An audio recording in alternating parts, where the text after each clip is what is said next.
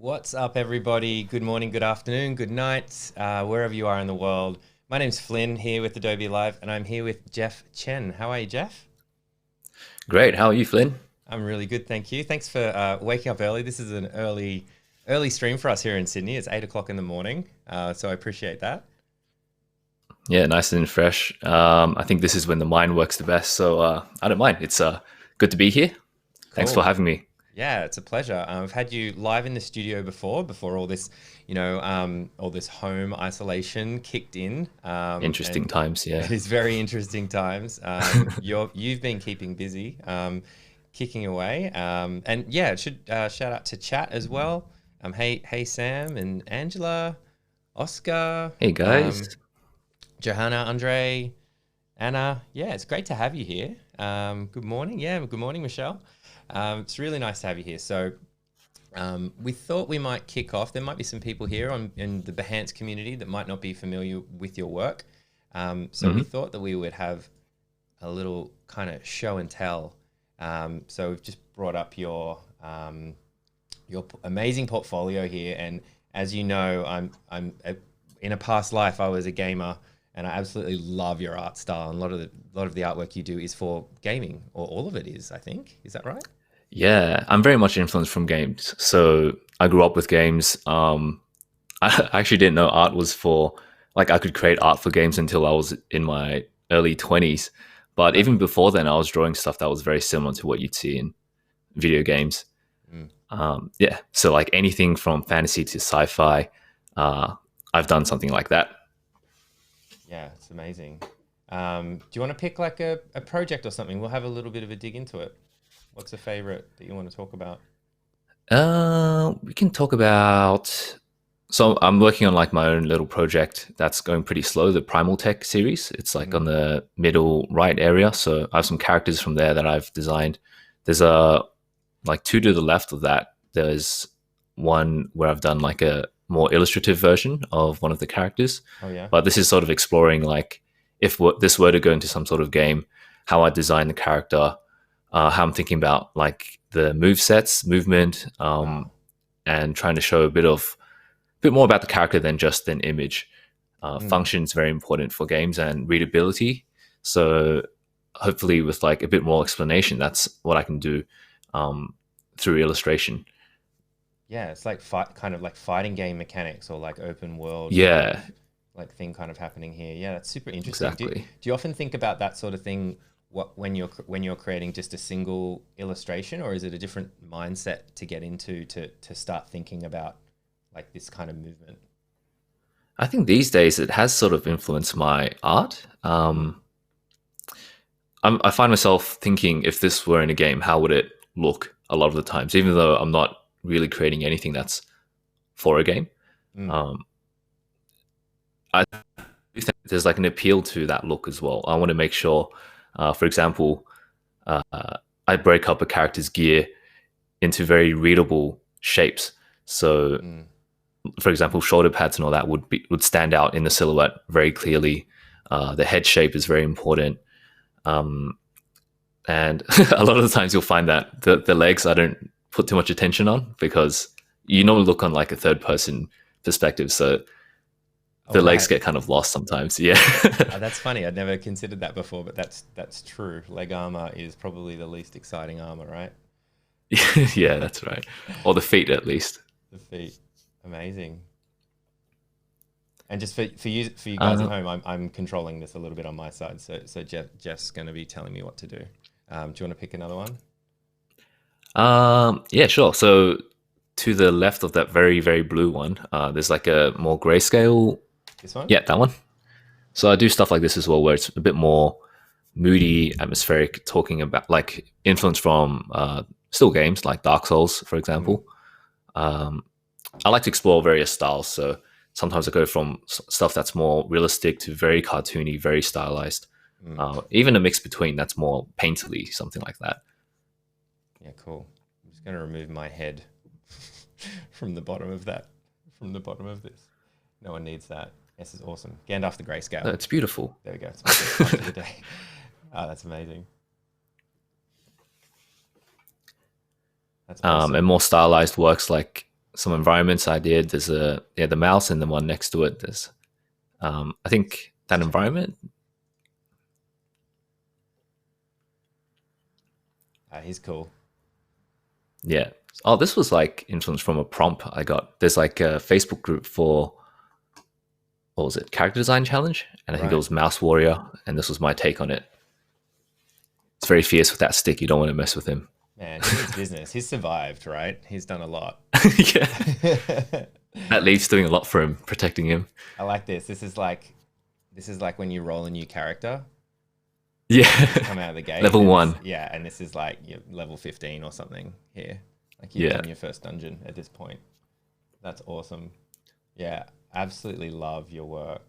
And what do you normally? We're going to get into it in a moment. Is Hanzo, right? sure is. Where am I Overwatch? Again, game influence. I used to love Hanzo and that scatter arrow. They used to be too strong. I know they took it away from me. I loved it. Such a meme. But this isn't a gaming podcast where I get to talk about Overwatch all the time. This is Adobe Live. So why don't we have a little bit of a look at some of your speed painting? So just to let everybody know, we started doing a little bit of testing with Jeff's speed painting.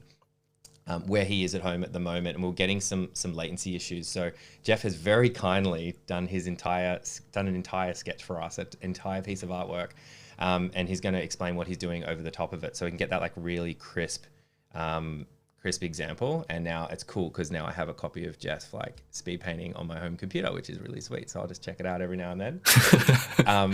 Watch it before you sleep every day. Yeah, every morning when I wake up, I'm just like, yeah. That for Jeff speed paint, yeah. Yeah, exactly.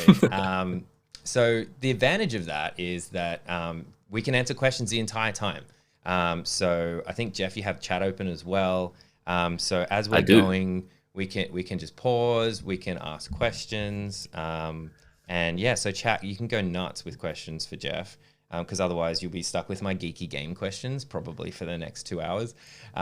We are here until 10 o'clock Sydney time, so here for about another hour and 50 minutes. And thanks for kind of waking up or settling down. It's Friday for some of you people, so cheers. But so I might just kind of do this. Jeff, you just tell me if you want me to start or stop or bring something up. Yeah, sure. But we are in Photoshop. I'll try to talk through the process as well. Yeah. But please, definitely let me know if you have questions about what I'm doing, or even very, like questions like what brushes do you use? I think it's pretty obvious here what I'm using, something textured. I like to start off with a bit of texture and grit for my background. It sort of sets the mood for what I'm going for. And a lot of the times for these speed paints, I don't have a plan, which sounds bad, but I sort of let inspiration take over, and whatever I see in the grit that I'm making in the background, I let that inspire me to begin my process. Wow. That's an interesting way to work. Like obviously when you have like those briefs, or you're doing something for character design, you've got a much more structured plan, but you sometimes just start with a blank canvas and start painting and see what comes to you. Yeah, it's something I developed over, I think I spent the recent years doing a lot of speed painting. So because I also do stream on my own Twitch account, and I did some daily paintings for like Instagram and all that. You sort of get in the habit of not knowing what you want to do and jumping right in. And I think that's a useful skill to have, because you find a lot of people who are like, I want to draw, but I don't know what to draw. But a lot of the times you can just figure out what you want to draw from being inspired just from a few marks on a background. Yeah, you'll see like when I begin the character, it's just a few scribbles. It's not really anything, but the initial shapes that the brushes made for me, I let that sort of lead the way in the beginning, and then I take control. Probably pretty quickly, actually. I try to make sure it's not in that weird limbo for too long. Yeah, cool.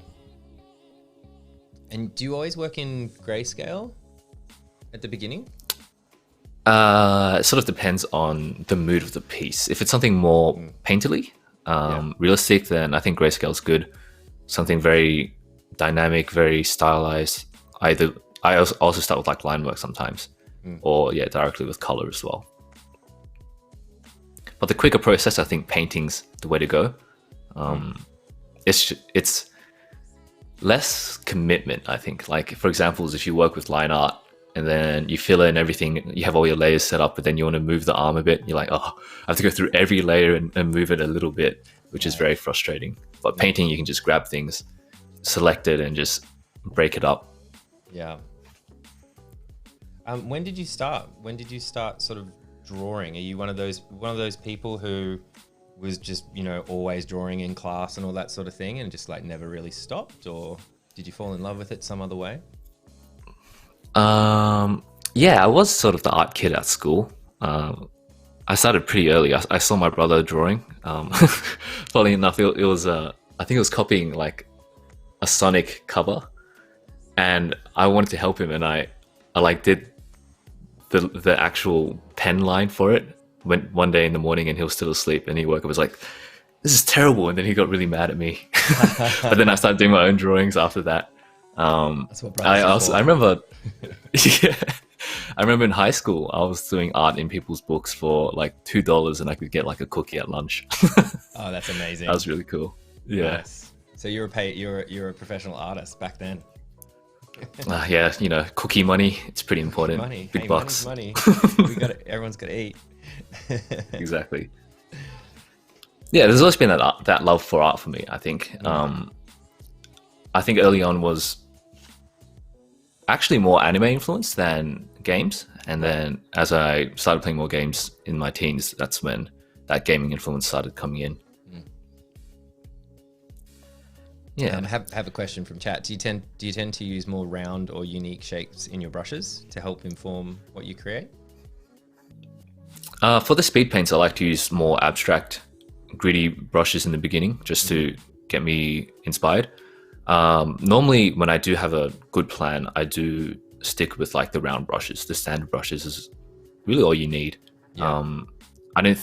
There are some advantages to certain brushes, and in fact, I think I'm picking one right now that's perfect for what I'm trying to do. There's like sometimes, yeah, this one. So this one has like one hard edge, one soft edge. Right. And if you flip the canvas, you can take advantage of both sides. If you want a hard edge, you just flip it and make sure you paint it on the left side. The right side's faded, so I can get like a nice soft blend on that right side. But it means you have to flip the canvas pretty often. Yeah. I noticed you flip the canvas quite a lot. Is that mostly for the brush, or are you trying to get different angles, or is it to do with how you're physically drawing, or is it all of those? It's a combination of all that. In this case, it is a lot. It is very much because of the brush, but the real advantage to flipping your canvas is because it sort of refreshes your eyes, and every time you flip, you sort of view your artwork from a different angle. Yeah. And it lets you see like mistakes really easily. If something's off balanced or weighted too heavily on one side, it becomes apparent after you flip. That's interesting. You bring that up. That actually came up with Jeremy Lord 2 live streams ago. He was mentioning that he was doing he was using the symmetry tool, so that's how symmetrical his work was. And he was doing that until it got to a certain point, and he started adding extra stuff in, and he was talking a lot about he flips it.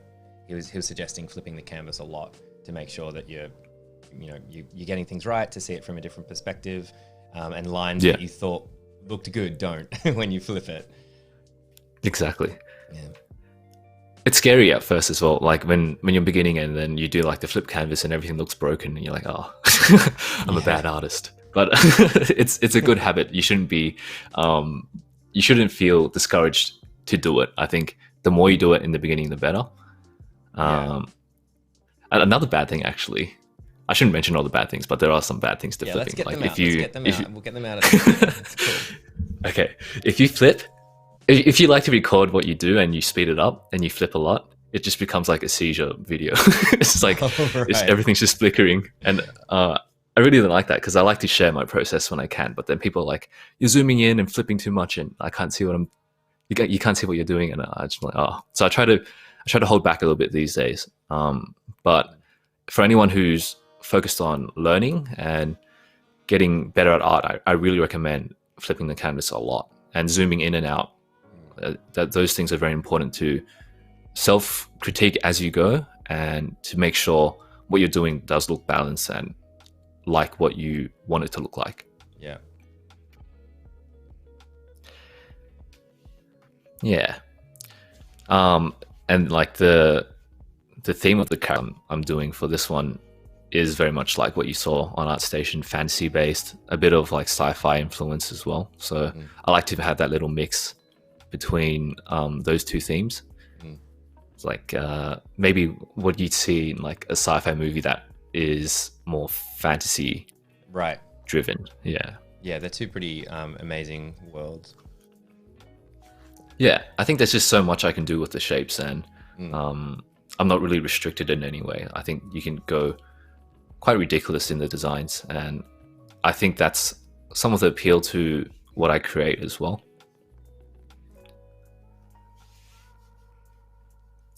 Yeah, totally. Where do you get most of your inspiration from for some of your work? Like obviously kind of like gaming and kind of maybe a bit of anime and stuff, but is there like, yeah, where do you go kind of to get some fresh ideas, especially at the moment when you can't go outside for a walk? Yeah, I think online there's just so much you can look at. ArtStation, the website you had open just then, is a great place to keep up to date with what other artists are doing. So that's one place to get inspired.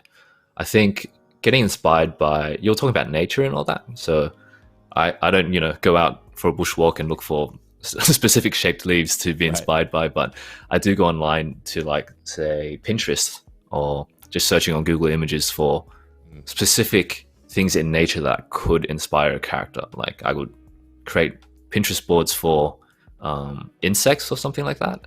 Right. And I'd find shapes in insects that I can take into, say, something like this, like a knight. Can I be inspired by insect shapes for knights, or create like a insect themed knight? Yeah. I think that's when you start to push the boundaries of like just a regular knight design or whatever you're designing. Right. And that can apply for anything. Like you can have, like, I like to do like mushroom themed stuff as well, or taking that into other things, like you're painting, like maybe you want to do like a pirate ship, and maybe if it's like mushroom themed pirate ship, I don't know, then you get like a more unique mix, and a style will start to develop as well for yourself. Yeah. What's like the craziest combination you've done? Have you ever done something and just thought, oh wow, this like mushroom knight is not very intimidating, he looks more rotund and round or something? Have you ever done anything like that? Things that look kind of sometimes, but then I roll with it. I think that's interesting as well. It doesn't always have to feel intimidating if it's night. I think that contrast in that theme is very cool. Yeah, nice. Question from chat: have you ever tried drawing in a completely different genre?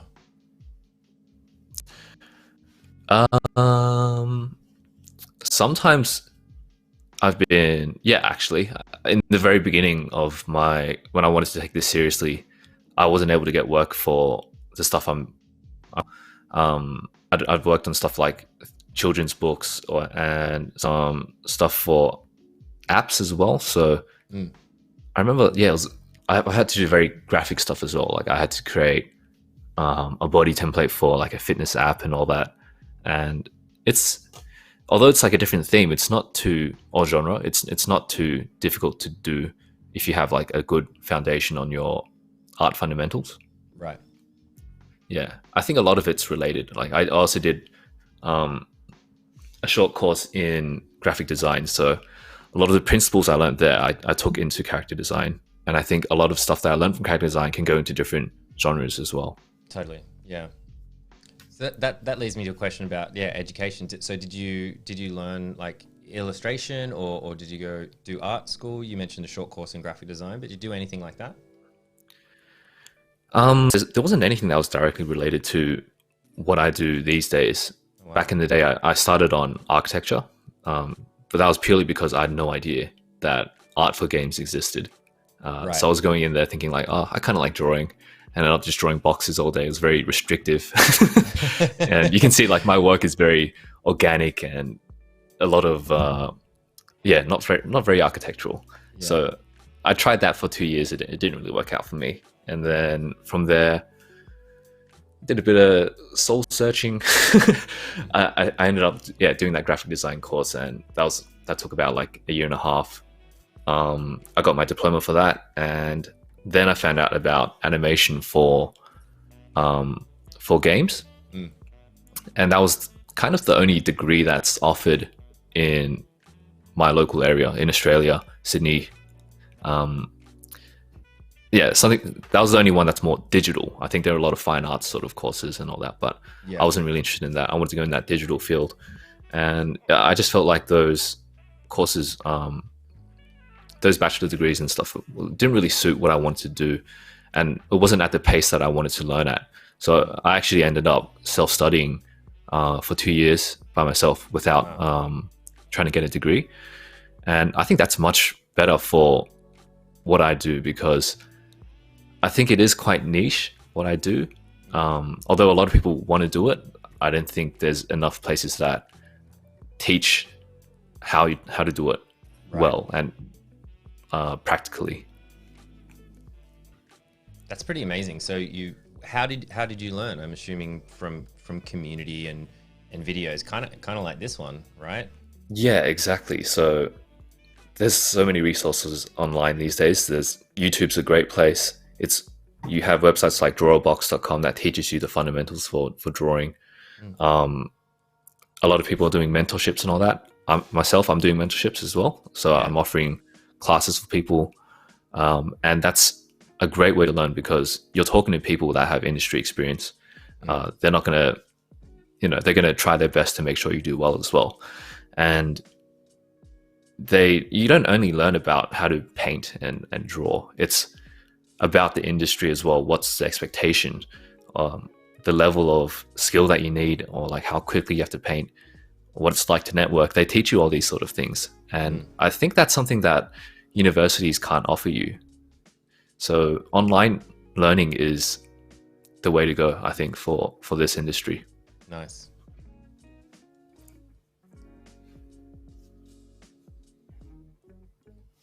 That's an interesting question. Thanks, Lane, for the question. In terms of fan art, would you ever draw characters that you dislike? Like, for example, Mario. It's a bit harsh for poor little Mario. I.e., like Mario. to be able to hone your willpower and general skill to focus on their details and render it into your own style. Yeah, I think I would. If there's enough requests for it, I would draw Mario. Although Mario. I do kind of dislike Mario, but nothing against Mario. Mario. I think sounds like you grew up with Sonic, though. Sonic's the way to go. Yeah, you see the spikes and all that. It's like what I draw. Like this knight's looking like Sonic a little bit as well. Right. But Dark Souls. Yeah, I think sometimes you do have to ride that sort of fan art train. You see a lot of trends happening on Twitter, Instagram. If you want to grow as an artist, if you want to grow your following as well, it's important to do that. And it does sort of hone your willpower, I guess. And it's good to go outside your comfort zone a lot, because if you can make, like, for example, if I can make Mario look cool in my style, then I could make a knight look cool very easily. Right. Yeah. I like that. Oh, it's cool to hear where you guys are from in chat. Istanbul, Romania, Scotland. Wow. Super cool. Jeff and I were chatting about this just before we went on. This is quite an interesting sort of time slot for us, and it's very interesting globally. Like, it's kind of this interesting time where some people are kind of settling down for the day. It's lunch for other people. For us, it's very early. Pakistan, Aden from Pakistan. So great to have you guys here. That's so cool. Yeah, it's really, really sweet. And if you're watching this somewhere else, I think this is over on YouTube, and we're also on Periscope and Twitter and stuff. If you want to join chat and ask questions as we're going through, come over to behance.net/live and join us in chat. Tell us where you're from. You did draw Cuphead. Matthew saying you drew a Cuphead. I did. True? That was hard, actually. So yeah, that did really push my boundaries. I I wasn't that good at illustrating back then. So I did a lot of my early career was character design, and I'm only recently really going into illustration these days. And that was in that little weird period in between where I'm transitioning, and yeah, that was hard. Even though it's like a little simple cup, it was weird to make him look good in the style that I draw. Right. So that's a great example of doing fan art and struggling a little bit. Argentina, Washington, DC. So cool. That's awesome. Lane was saying, but you hate Sonic. Is that true? Do I hate Sonic? I don't think I hate Sonic. Gosh. I think a lot of my art's influenced from Sonic. It's amazing. I like to add like triangular shapes into it's like PlayStation or Nintendo or, you know, Sonic or Mario. Yeah. Oh, back to the process. So a lot of the times I'll end up, you can see like I'm not really restricted to my canvas or like the size of my character. I start off with like just the head before, and then I scale that down. Now I'm opening up the canvas. I think you see a lot of people who start off art and they set up a canvas and they start drawing, and then they do this thing where like they draw the shoulders like the edge, and then the edge is like right at the end, and they sort of squeeze it in, and then the shoulder ends up being too small or something. I think people should get in the habit of being more open to editing their canvas or scaling the characters, even making the like, even if you break the what's it called? Even if you scale like ununiformly, so like you make it wider or taller, sometimes it works out better. Right. So you should definitely test it out and don't feel like you have to stick to one canvas size.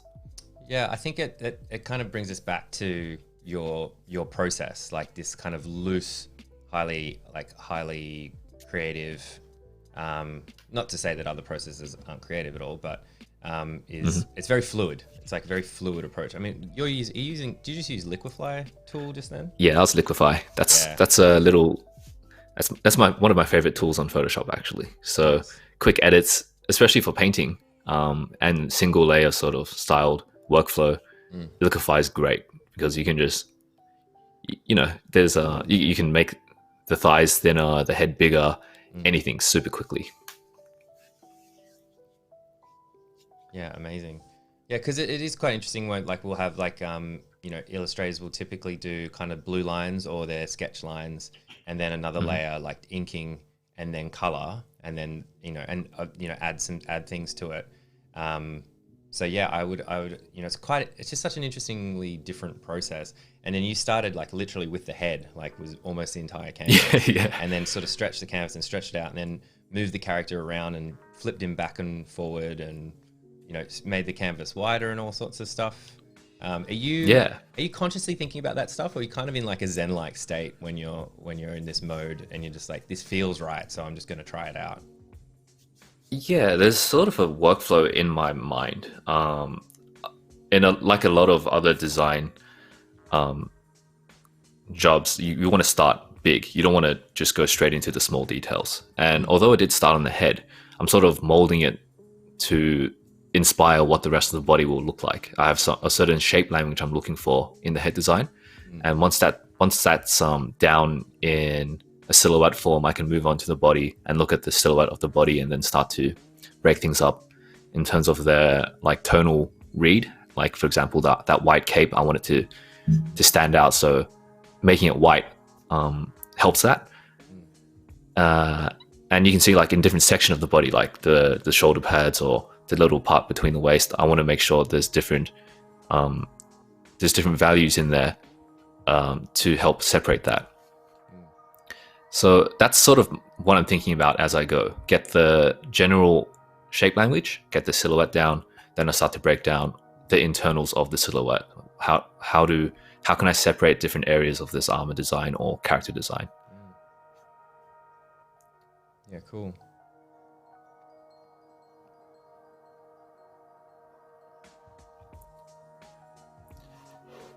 Sometimes sorry. That's okay. Go ahead. Okay. So we're too polite. Like, no, you go. Andre was asking, do you use references for the poses? I try to for most of my client work. For this one, it was a little bit quick, and it's a pose I'm pretty confident with, so I didn't have to have reference for this.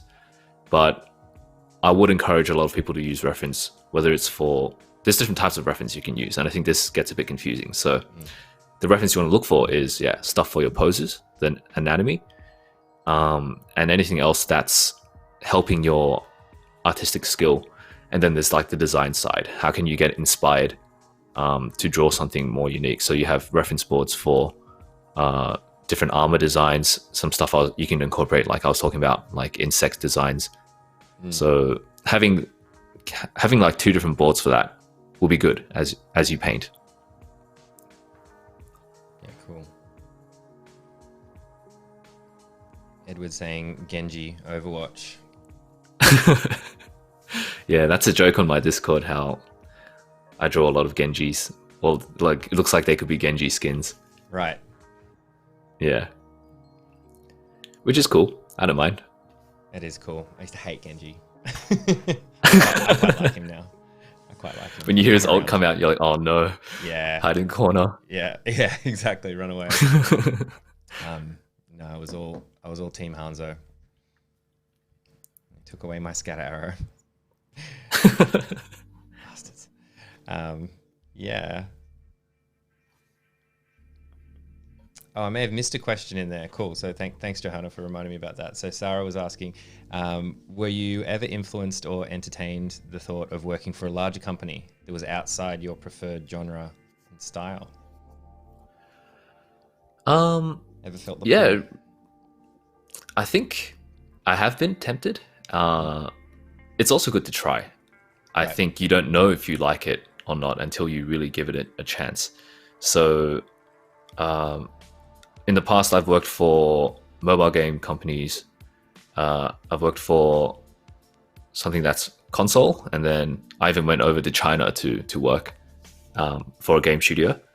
And right now I'm working in slots, and I think having that broad range is helping me understand what I want from art as well. And I think any type of experience you can gain that's outside your comfort zone is always very useful. So yeah, I definitely would entertain that thought if people are open to that. Yeah. Just laughing because Jared said Genji Mario, and now I can't unthink that. Do I have to make that? I have to squish those proportions down quite Genji. a lot. Or I could squish the proportions down, or I could just put Mario's face inside of this knight's Genji skin that was Mario, or Waluigi, Genji and Waluigi colors. All right, that's too early chat. That's gonna. You could think about it. We're talking about going outside comfort zone. Yeah, that is out of my comfort zone for sure. Oh man, Genji's my favorite Warframe. All right, we're getting meta. Nice. Andre was saying like this is like Warframe and Dark Souls combined, the character. Definitely feeling like those kind of vibes. That's what I'm all about. So a lot of my early works were Dark Souls inspired. Monster Hunter as well, so oversized weapons, ridiculous armor designs. So you'll see, like, I think no matter how different like a theme I paint, it will end up having some sort of influence from those games, and that's going to be like that forever, I think. What's your balance these days between like your work, work and then your community as well? Because from the outside looking in, like you have a lot of work online, and you mentor, and you have the Discord community, some of which are here. What's up, Discord community? All the Jeffs. Hey, Discord. Jeff's Lounge. Jeff's Lounge in the house. Yeah. But I'm the mod here, right? You're not the mod here. And then, work and full time and all that stuff. It seems like you do a lot, I guess, is the way that I'm going to summarize this. And how do you? What's your balance, and how do you make sure you keep that balance? I heard something great from an artist named Bobby Chu, and it's about time management. And to get a lot of things into one day, it's really about the little gaps between. Can you transition without getting distracted from one task to the other. Oh. And yeah, so even like things like lunch breaks, finishing work, like can you jump onto something else straight away? Like, yeah, the issue is you might burn out really quickly. But I think the good thing about having a good variety of tasks is that you're kept on your feet, and it's refreshing to move on to something else immediately, because you might be thinking, you might leave it off on like on a high point the night before or like the day before, and you're thinking about it the whole day while you do another task, and then you come back to this one, and you because you left it off there, you can just jump in straight away. So in order to fit all that in, yeah, I think that's one of the key points. It's to make sure in that little transition period you're not wasting too much time, and get distracted by things like games, which isn't a bad thing. You know, inspiration is good, but it's about managing that. Apart from that, I think the fact that what I do doesn't really feel like work. I can go home and paint at night, and it doesn't feel like I'm just creating something for Instagram or something. It is something I love, and it's something I want to explore. So that helps a lot as well. And same for teaching. I have a passion for that as well. I want to help people get their dream job, and if what I do is close to what they want to do, then I'd love to help out. Yeah. So with the kind of mentorship, like, what are some of the, I guess, common, what advice would you give people that are out there that might be just starting or just kind of getting into it, or kind of looking at your style and kind of wanting to give it a go? Like, what would you recommend? A lot of this is opinion based, because it's what worked for me. I think jumping into the medium that you want to work in is very important. So I personally believe that if you want to work in digital and you know your work's going to be in digital, then jump right in. Go into Photoshop, get your tablet, and start painting and start practicing and getting used to drawing on this tool.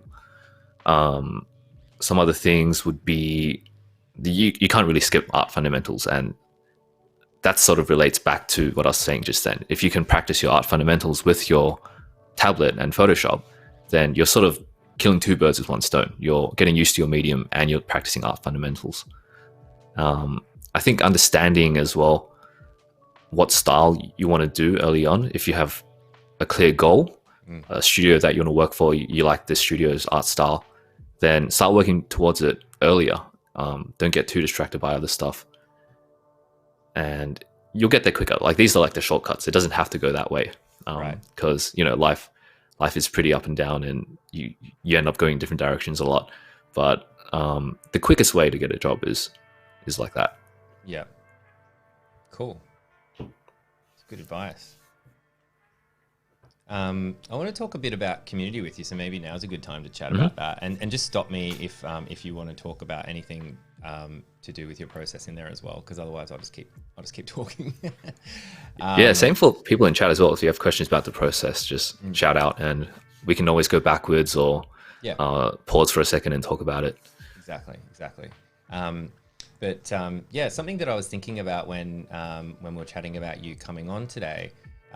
Was, you know, last time the world was very different last time when we were hanging out compared to now, and not a very long time has wasn't passed. It that long ago? That's the weird thing, right? It feels like a year ago now.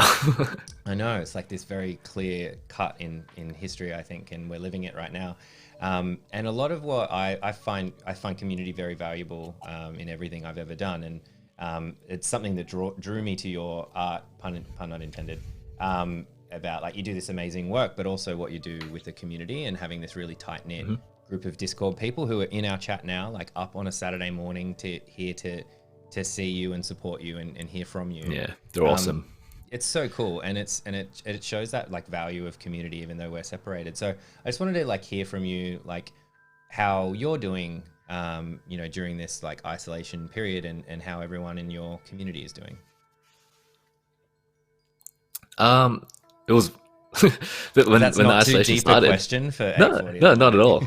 Not at all. I think it was interesting because I came in one morning and it was very, very active. I was like, what's different? And then I realized, it's isolation.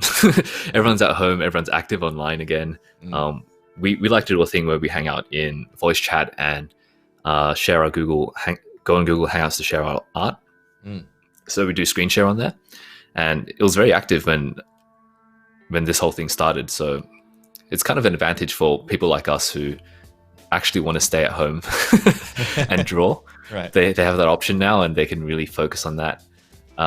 For me personally, I think it's actually given me more time. I don't have to commute to work. So I've replaced the commute time with more exercise, sleeping in a little bit more. So it's helping my health a bit.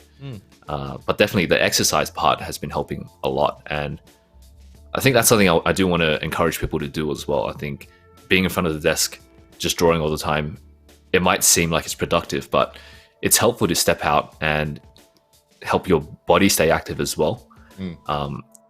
The more you do that, the better it is for your mind as well, and you can think up better ideas. You're probably more efficient and focused as you work. So if you can fit in exercise, that'd be great. What's your exercise of choice? Oh, okay. So this is interesting. At the moment, because we can't go out, I do have like a home gym set up. Right. Fortunately, I did set that up pretty early, so I do that. But I alternate between that and the Ring Fit, actually. Oh, you have the Ring Fit? Oh, wow. I have the Ring Fit, so I got that pretty early. I got it before the whole, because it's sold out now, isn't it? Yeah. Oh, yeah. I think it's sold out. The amount of things that are sold out, like webcams. It's crazy. Like 4K monitors, like all this stuff I tried to buy because we were trying to do the live streaming stuff, and I'm like, oh yeah, I'll just like order some stuff online for some people, and like everything's like a month like back order, and it's incredible. Everything's just sold out. So many things. Yeah, and the Ring Fit I heard was one of the things. It's really good. Maybe I should get one. Like I thought, maybe my wife and I could like find, because I was thinking about getting it, but I was like, we're probably never going to really use it. But now, damn, I wish I had one. It would be I'm glad I got it. I didn't touch it the whole time. Like I bought it when it came out, and I used it for like probably 3 days, and then I got busy and I didn't use it. But then these days, I've like gone up in my Ring Fit level a lot. I've been using it every 2 days. Nice. And it looks a bit dorky when you use it, but you really do get a good workout from it. And it's a good break from just gym, lifting weights or something like that. Yeah, it can get quite tedious, can't it? Like just doing the same sort of stuff. Yeah. Oh, that's cool. Yeah, Johanna was saying podcast mics are sold out. Yeah, a lot of the good ones, like a lot of the really good webcams, like a lot of the really good microphones, monitors, chairs, home office chairs. I did like I have a really good chair actually. I bought this. I think I spent like a lot of my money on this chair because I know I'm on here a lot, and that's another thing related with health is make sure you have good posture when you draw. And having the right chair is so important. If you want to invest in something for your health, I think that's one of the things you should look into. Yeah, that's good advice. It's actually something that I haven't done. I do not have a good chair. Need to get onto that. I have a standing desk, if that helps, that I've never stood at. That's like me in my first job. They gave us standing desks, and I was like, this is great. And I stood for like an hour. I was like, I just want to sit down again. It's good to do for like, I don't know, an hour or two. If I'm in the Adobe office, occasionally I'll go. I used to spend a bit of time in there, but they have a lot of standing desks, and I would quite like that for maybe an hour or two, and then after that starts getting a little tedious. But it's supposed to be good for you. So, we have a question. I think I'm pronouncing that. Yeah, I don't know if I'm pronouncing that correctly. But do you ever make voiceovers to you, Jeff? Voiceovers. Just voiceover. What's voiceovers? I think just you mean like voiceover videos? Oh, thank you. I don't know. I guess that's another career I can look into. To the topic, do you make voiceover? Sure, I can do that if you want. I think there's a pretty good question here, but from Jaden. Cool. So just wondering, dude, before I even begin learning or producing digital painting, should I learn and get real good at sketching, drawing first, or does it not really matter too much? So this is related to something I answered earlier. I think if you know what you want to do, if you know you want to do digital art, if you want to create stuff like what you see in the video process, then jump onto learning digital as soon as you can. But if you're not sure and you just want to start learning art, then the most accessible thing is probably the best, which is pencil and paper, and that can definitely get you started.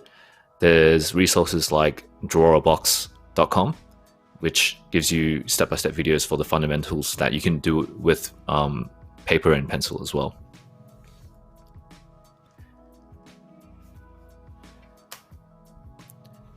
Checking out Drawabox. Yeah, I can link it as well, I think. That's cool. It's a question from Bradley, which is good. We're on our ergonomic kick. Any tips on managing monitor-induced eye strain? Oh, I struggle with that. I have these like fake glasses. I don't need glasses somehow. I don't know how I don't need those yet, but I have these. I think it's blue light filter glasses. Oh, I don't know if that helps, but I feel better when I use it, and then somehow I feel, like I don't get that eye strain anymore. Oh, this part of the video is kind of important. So cool. I kind of forgot about this. Can we pause here? Yeah.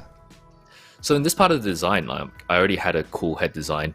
I'm at the stage where I'm somewhat finished with the value sketch, the black and white.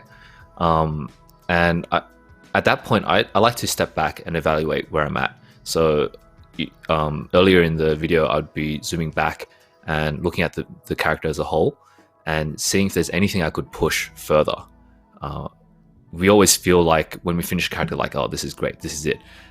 But we can always take that one extra step further. So in this case, I took the head design and exaggerated it even more. I might sometimes go into liquefy and pull things and push things.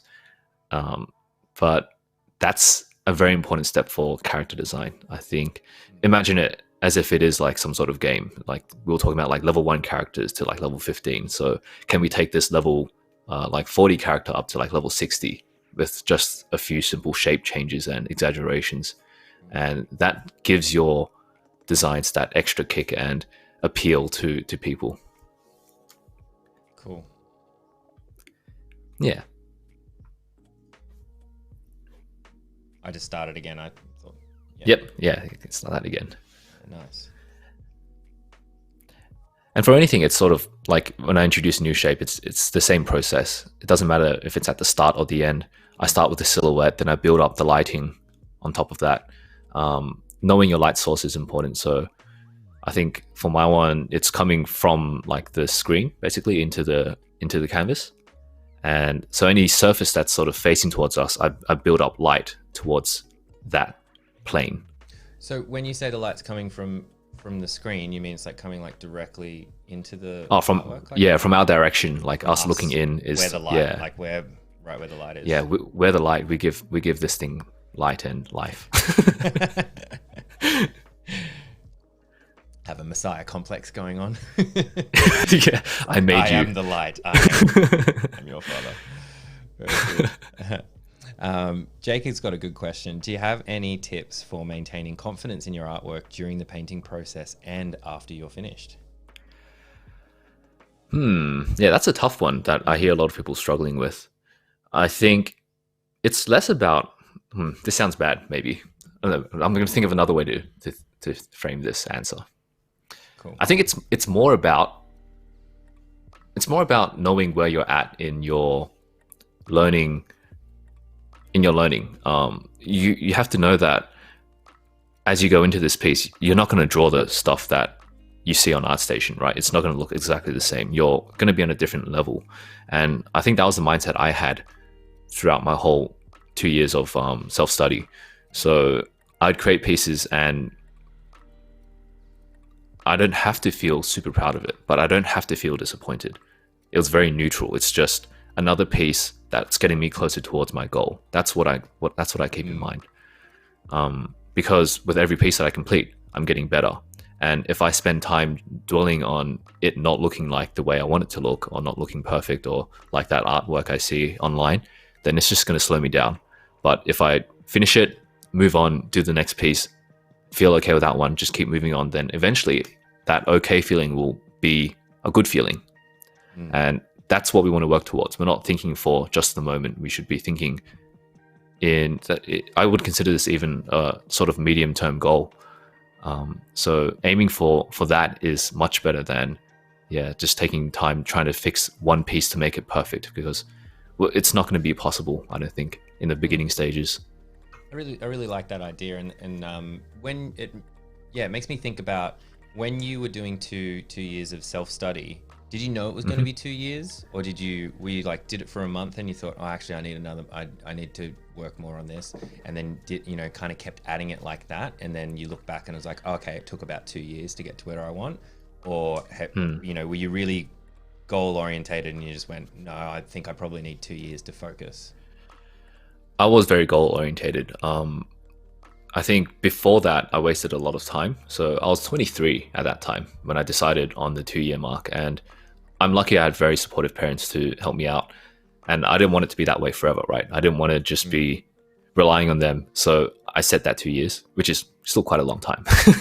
But when you're 23, like thinking about like a 2 year of like self, like actually, like, it's hard enough to think about like doing a course or something for 2 years is a big commitment, and you have like, you have to physically go a lot of the time to these places. You've got other people going through it with you, and doing it yourself and committing to that is it's not as easy as it probably looks on paper, I would say. Yeah, and it definitely wasn't. There was a lot of downtimes.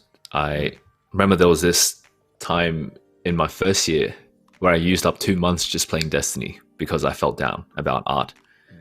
I like in my mentorship, I like to talk about this a lot as well. Like I relate art with a lot of art learning with, I come back to a lot of like the mentality of it and how to stay on top of that, because without staying on top of it mentally, you're not going to be drawing anything. And when you make that transition from something that's like a hobby, just something you enjoy, and you want to make something out of it, you get this pressure that you never feel before when it was a hobby. And a lot of people aren't ready to tackle that. So I like to go through that a lot and talk people through what they're thinking. I think, like I mentioned before, the best way to tackle it would be taking a sort of neutral look at it. It's not good, it's not bad. It is just what it is, and progress comes from mileage. So the more you do, the better you get. Of course, there are other ways you can speed it up. So having the right guidance is very important. But you also don't always need like hand holding. As long as you sort of have a good direction for what you want to do, that's enough. Yeah.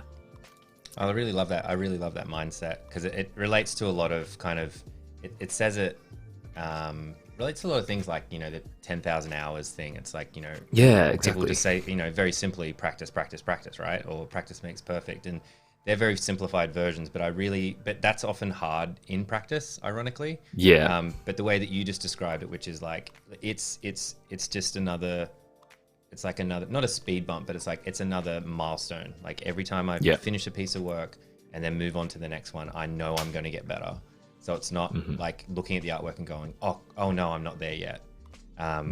Which I think is a really good mindset for people looking to do illustration or looking to learn any craft, is thinking about it in a much more like long-term view, rather than, I wasn't good at it straight away, so I'm just going to give up, or, I suck at this or something.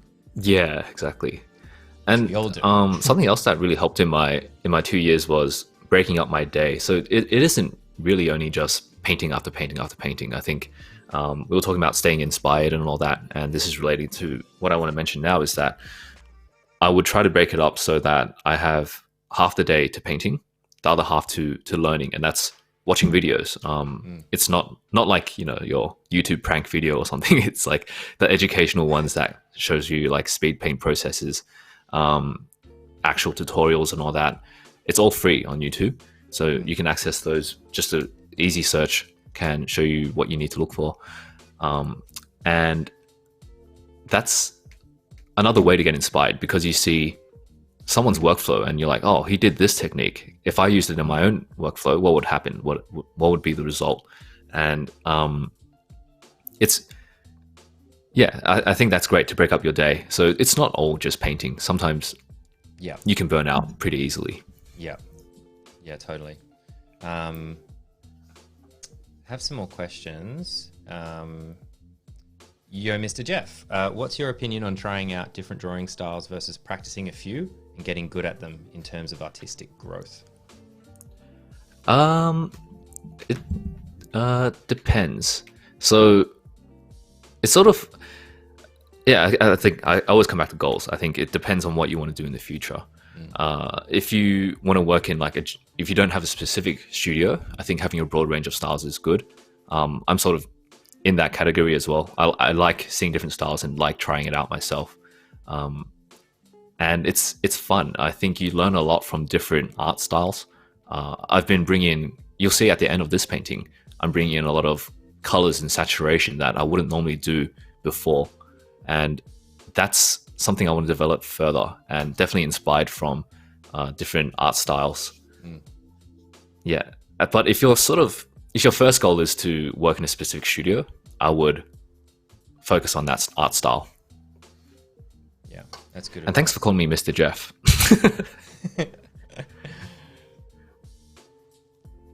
Thanks for letting me say yo without being okay.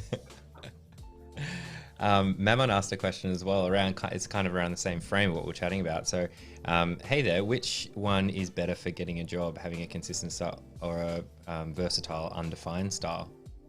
Sort of the same sort of... Same. There's different studios that need different things. Yeah. If you work for say, I worked in NetEase. So NetEase is a studio in China, and they had a whole bunch of different games. And I think having a broad range of art styles is really good, because I worked on very serious looking games and very, very stylized, and they could put me on any project. I'm more useful in that sense. But if you have that and you go to a studio say Naughty Dog, and you're trying to do stylized stuff for them, they're like, this isn't working. So definitely know what your goal is. A lot of this comes back to that goal setting, really understanding where you want to go and having a long-term goal, not, Yeah, exactly.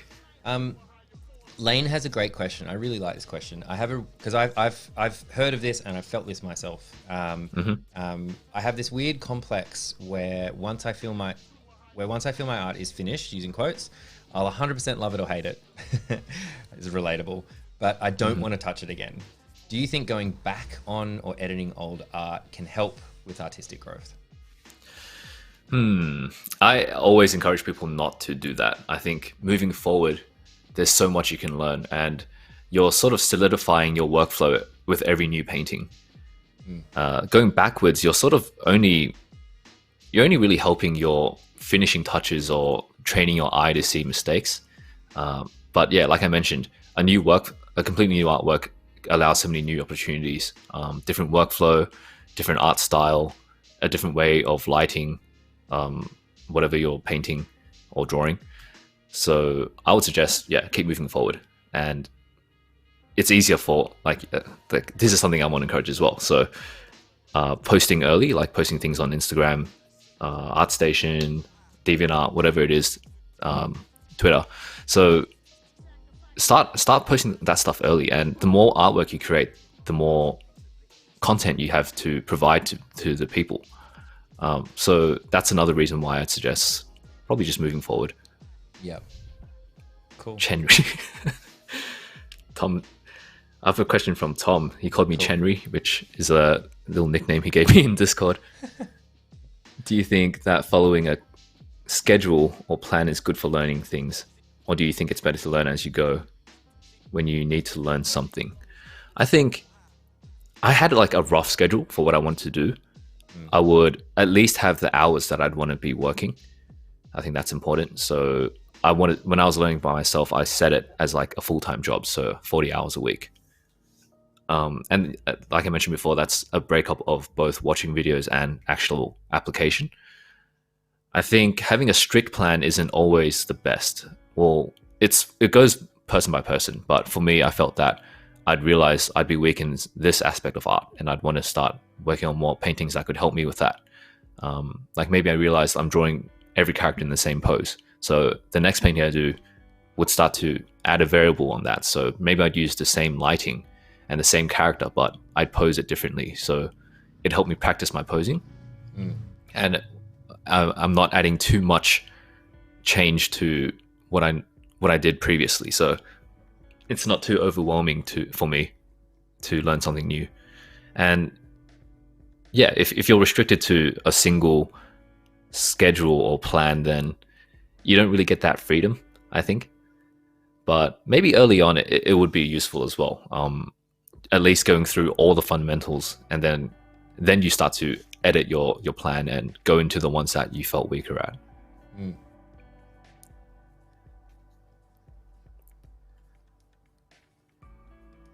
Don't know if we've tackled this one, but recreating old drawings with more experience, is this something you do, or something we should do more regularly? You don't have to do it, but I think that's really fun. It's really cool to see how much you've grown, or how little, I don't know. Hopefully it's a lot that you've grown. But even, I think doing that is a good way of realistically seeing growth and sharing it in the public and asking people like which one they prefer. Right. It can sort of backfire, because I've seen a lot of posts that do that, and then it's like, oh, the old one looks better. But even if that's the case, I think there's a lot to learn, right? You have to find what's appealing in that old one. Why do people think that way? I think it can be very discouraging, but there's always a lot to learn from that kind of feedback. And I think, doing that is one way of seeing growth very clearly. Yeah,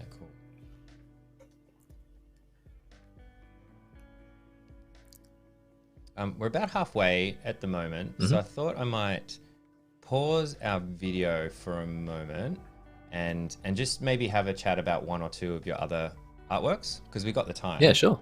So I thought just to break it up a little bit, and also for those that might have missed the first like 5-10 minutes, do you want to pick another one from here and just kind of tell us a little bit about it? We can look at there's like a knoll guy next to the big blue man. Here we are. Yeah, that one. So that one has more of the process in there, which is good. It'll make it easier for me as well. So this is like an example of me. Warcraft kind of. Yeah. So that's very Hearthstone's inspired. Hearthstone, yes, totally. Yeah. So the saturation levels, the shape. Right, you put it in the card. Yeah, definitely. Yeah, exactly. Yeah, cool. So that was sort of that is a goal of mine. I want to create a card for Hearthstones eventually. Amazing. If I can, that'd be really cool. And this is like I got all the questions about style and all that, and this was me pushing my boundaries with style. Before this, it's very much like what I was painting in the video, but I wanted to see if I could do it, and it's fun. Like I felt like it was a very fun process. It changed up my workflow a lot. If you scroll down, you can see the steps I took to get to that stage. So you can see I started off with just line art. If you can flip backwards, there we go. Line art, and then like putting the flats and all that. And that's like the initial sketches I did for planning composition. And even at this stage, we're thinking about how we're framing the card, because you're drawing this and you know what the card's going to be and the frame. I think it's important to consider these things very early on. And that's what this red line, because the exactly. Hearthstone cards have this like very unique, very specific like opal, like opal shape. So you're thinking, okay, you've done the composition, like how would that actually look in the card? Yeah, sometimes you do it and it just doesn't work in the frame, so you have to edit it. And the earlier you figure that out, the better. So at this stage is where you should be looking at it. I don't know if you can scroll down more. I don't think there is anything further down, but for that one. Yeah. So this one, the misty stuff, or just seeing the process, like because because often like at the second or third step of the process, I'm like, yeah, that's awesome, that's done, right? But then every layer it adds so much to it, and it's those little details, but it does so much. Like that final version of this just pops so much, like with the yellow highlights and like the way Yeah. the light comes in from the background and the detail on, you know, this little sneaky guy in the background. I love him. Sneaky guy. Yeah, I love him. Look at him, he's so greedy. I have a cool story for this one as well. So there's like one stage like around here where I stopped and I messaged one of the Hearthstone's artists. Like I just reached out. I didn't even know who they were. And I asked for some feedback. Well, I asked if I could ask for feedback first. And people are happy to respond and help. And I got a lot of great feedback from that. So I really pushed my saturation levels, like you mentioned. I really amped up the lighting and tried to bring in more hue contrast. Right. So I have more like warm colors in the front and the background's very cool. I tried to bring that up, and that was all feedback I got from that artist. Oh, wow. Grace Liu, her name is. So don't be afraid to reach out to people and just ask for help sometimes.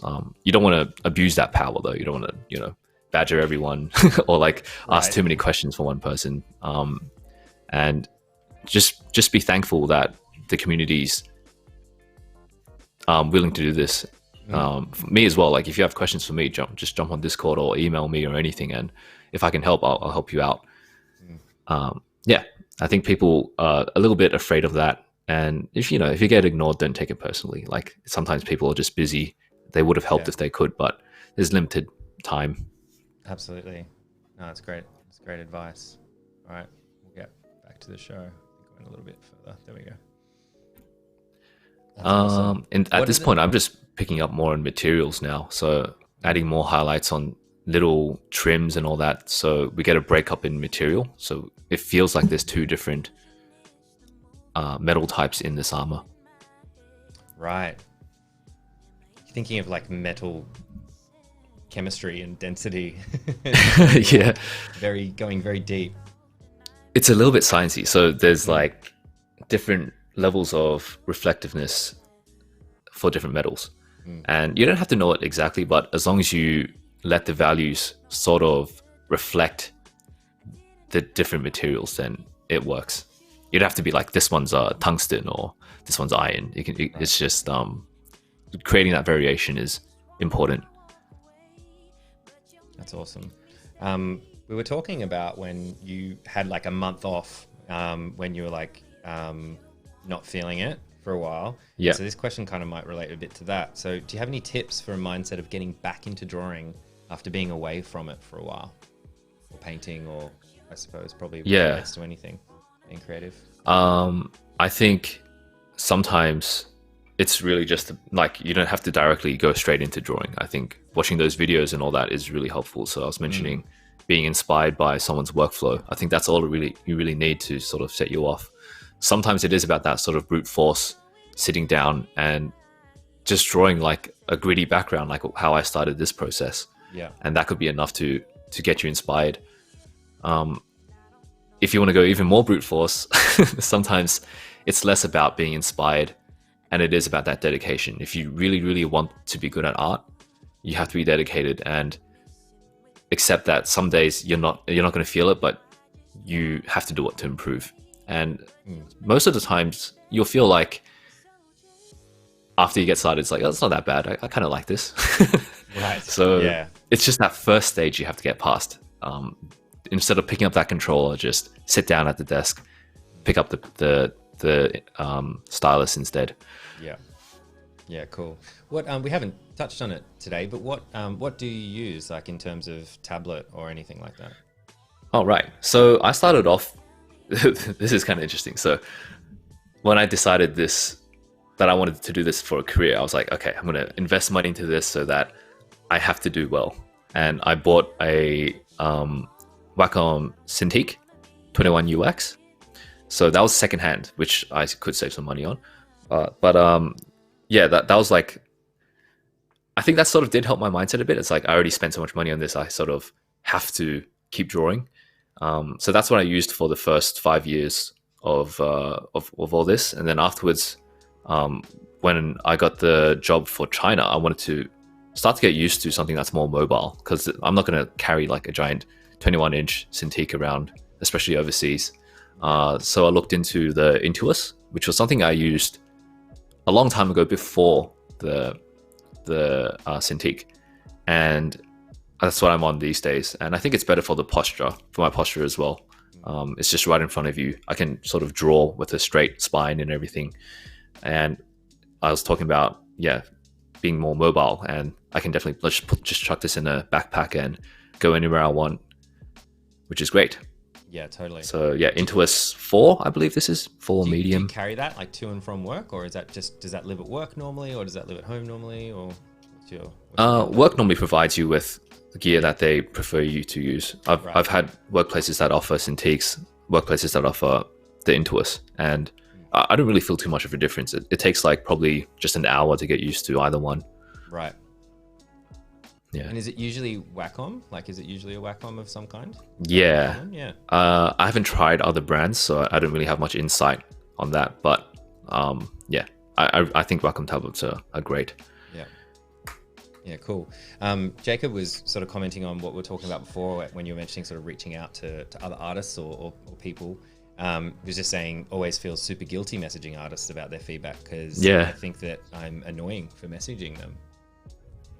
I think a lot of people share that kind of that thought, that guilt thought, like, oh, that this person's too famous or too important or something to message. Well, I like to think like, what's the best case and worst case scenario? Like, if they think you're annoying, they're just going to forget you anyway. So that's not too bad. I think that's probably the worst case because they don't care, right? Yeah, exactly. And the best case is you get an answer. Yeah. I don't think anyone would ever be like, hey, never ask me a question again. That would be very, very strange. And I don't think they would do well in the industry to begin with. Right. So I think it's a win-win in this scenario. Do you find that if you have reached out to people, like the Hearthstone artists and other people, that they're typically quite responsive? It is. I think it's about like a 30 to 40% like response. Right. And I really, really believe that's because people are just too busy. Yeah, sure. I find myself struggling to answer some questions in my community even. And I'm not even the busiest person. I'm sure those artists are much more busy than me. So yeah, definitely don't take it personally. Don't feel like you're annoying them. Right. I don't think they really mind, to be honest. And if they could help everyone in the world, they would. Yeah, totally.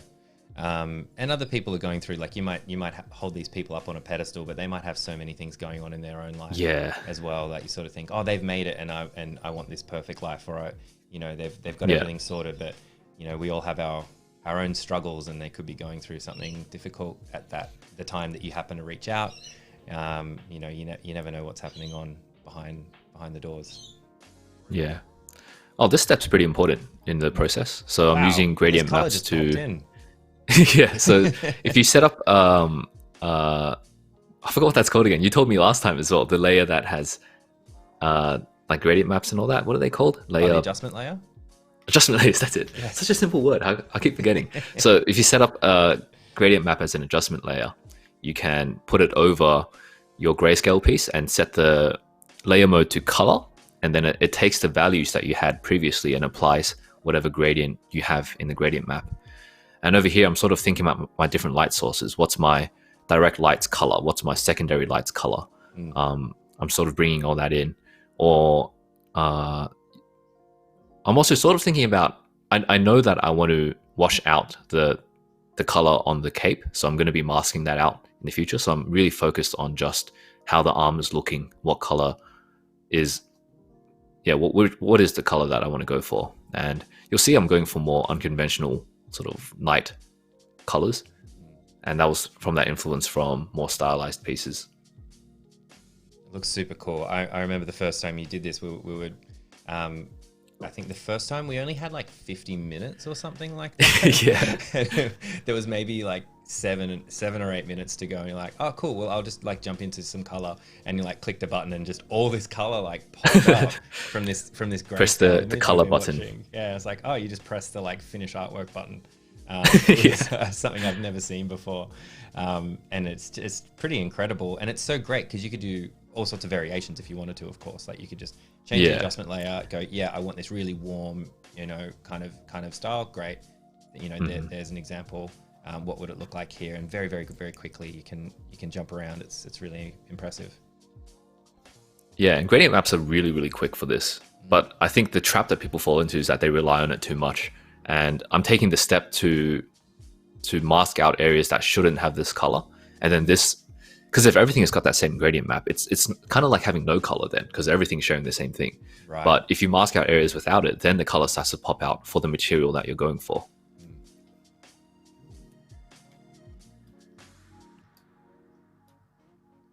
That's cool. We got some more questions here. Fire away. So Andre was saying, I always get lost in the details. Any tips on how to show details roughly like you without zooming in a lot? Is it about knowing values and shapes and applying efficient brush strokes? Yeah. Can we pause here as well? I think this. Yeah. I'll go backwards a tiny bit and then pause, and I'll answer that question. You want me to go back? Because that part was pretty good. Yeah, just a tiny bit. Before I added the curves, I think from here would be good. Cool. So, yeah, getting lost in details. I think it's about what I mentioned before, starting off with your canvas not completely zoomed in, and really focusing on just silhouette. You don't want to go, like, if you're, for example, if you're drawing a portrait or like a full body person, you don't want to be drawing their eyes completely detailed from the get-go. You want to draw your plan, basically. How's the spine direction? Where are the limbs and everything? And then you can start going into the important parts like the art. But generally, we view art from a distance, right? We're not going to be looking up at everything and looking at the single eyeball that you put 5 hours into, right. Unfortunately. So that's another reason why you shouldn't focus too much on detail too early. Cool. What there was a second half to this, right? Is it about knowing the value and shape well and applying efficient brushstrokes? Not quite. I think it's really just about the big plan. Oh, can we pause here? Yeah. Let's pause that video here. Yeah. It's about it's really just about the main shape of everything, because when you view things from a distance, things become blurred, and it is just a blob of shape. And if you can train your eye to view things in shapes early on, then it makes that process a lot easier. And once that shape looks correct in your eyes, then you can start to zoom in a bit more. And then it's about the medium-sized shapes within that larger shape, the larger silhouette, and it gets smaller and smaller as you go. So it starts off as a body, then you focus on the face, then you focus on the eye. That's like one example of going from big to medium to small in terms of process. Makes sense. Yeah. Nice. And yeah, this part of the video, I had a lot of blues early on, and I wanted to add a bit of warmth in the shadows. I wanted to do sort of a blue highlight. So bringing in curves is a great way of doing that and controlling where that comes out. And you can see in like my little curve bump, I'm adding a little bump in the shadow side. So the left side is more darker valued. I'm bumping up the red there so that we get some reds in the shadows. So yeah, these adjustment layers are very, very useful if you want to get a lot of mileage for things like color and like final edits. Definitely look into that and add that to your process if you can. Yeah, nice. Shapes within shapes within shapes. Yeah. Oh yeah, please do. Okay. Cool. Tom was asking, were you ever worried that you wouldn't improve after putting in a lot of time? That was my biggest thought when I was stuck on Destiny for 2 months. I was like, I don't think I was making much progress at that time. And I was like, is it worth it? And I was getting a bit bummed out by seeing all those really awesome artists online. But then I think from there, my mindset sort of changed. It's like, they must have gone through this. They must have put in way more time than I did. So it's a little bit naive or something to assume that you'd be that good that quickly. Especially, that was like 6 months in. I don't know what I was thinking. I don't think we should think like that. Take it one step at a time. It's tackle one painting at a time, and with each one, you'll improve. Yeah. And the more you do, the faster you improve. I love that. I really love that mindset. How much time did it take you to define your style and be known for it? That's a question I'm not even sure about, because I'm still not sure if I have a defined style or if I'm known for it either. Right. But it's something that develops slowly. It's an accumulation of what you enjoy looking at, a bit of your own flaws. I think your mistakes build up your own style, and it's also an addition of what you're enjoying at that time that creates your style. I don't think it's something people seek, and it's not something you should make a goal. I think it's one of the rare things that I say don't make it a goal. So yeah, that's don't worry too much about it. It comes naturally. I like that. We were talking a bit before about learning online, and I know that you know, there was some artists that we were chatting about last time you were coming on that that you learned from, and I was wondering if there was any particular people that like you still follow along, like who kind of inspires you, like who out there, you know, should we all be? I follow a lot of artists. So if you look on my art station, maybe give us like 3 or something. Yeah. Okay. The biggest ones, first off, is why I started painting. I played games again. So Guild Wars 2, I saw some amazing promotional pieces and illustrations by Kekai Kotaki. I don't know if I can type this for you somewhere. Or maybe I can I join chat? I just think Johanna can find it. Johanna's in chat. She's pretty good at finding this stuff. Let me see if I can do this. Okay, there we go. Oh, it's got my name. Awesome. Oh, nice. So Kekai is an artist who really, really inspired me. His art style is, I think, what I was going for from the beginning, and I still have that influence in me. It's very much about the brushstrokes. Something you can see, like how he can use one brushstroke to convey so much. So that's something I really aimed for in the beginning, and here's the reason I started trying art for games. Apart from that, I was really influenced from Anthony Jones. So he's the person I took a mentorship from first, and that was about 1 year in from my self-study, and he was really influential on this whole mentality thing, and also influential for my understanding on art fundamentals, because at that point I was self-studying. I didn't really know what I was lacking, and he sort of showed me the areas that I really needed to improve on, and from there I improved a lot. So again, having that person to tell you which direction you should take and where you're lacking skill or understanding is really, really important.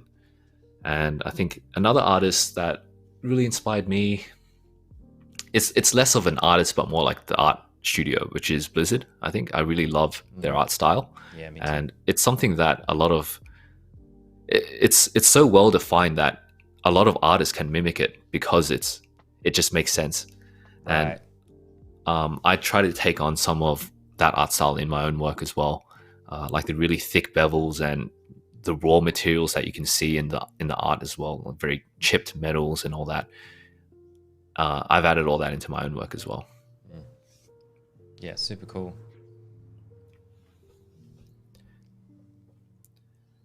In this part of the video, I'm thinking about the secondary lights as well. So we have our direct light, which is like sunlight. Secondary light is like if the sun reflects off the blue sky and it comes down on a character or figure, then this is what sort of happens. And I used, color dodge to do that. I brought down the opacity on that a little bit. So I'm thinking about every top surface receiving a bit of this blue light. So the light's still coming from us, and that's like more of a sunlight, and then it's bouncing. Yeah, like it gets a bit complicated. This part, yeah. But this is good because, for example, if you had like a sphere and you're lighting things from our direction, like from the camera, then we only get one light source. We can't see how round it is. But if you have a blue light coming down in the shadowed areas, then we start to see more of that spherical shape. It's not just a 2D object. And that comes back from that, like that, how you were saying before, you can't really skip the fundamentals. You have to kind of really understand how shape and light and everything works to be able to make something complex. Yeah. Cool. Yeah, definitely don't skip fundamentals. There are certain fundamentals that relate more to different fields. I think for us, it's very much about anatomy, of course, and values and lighting.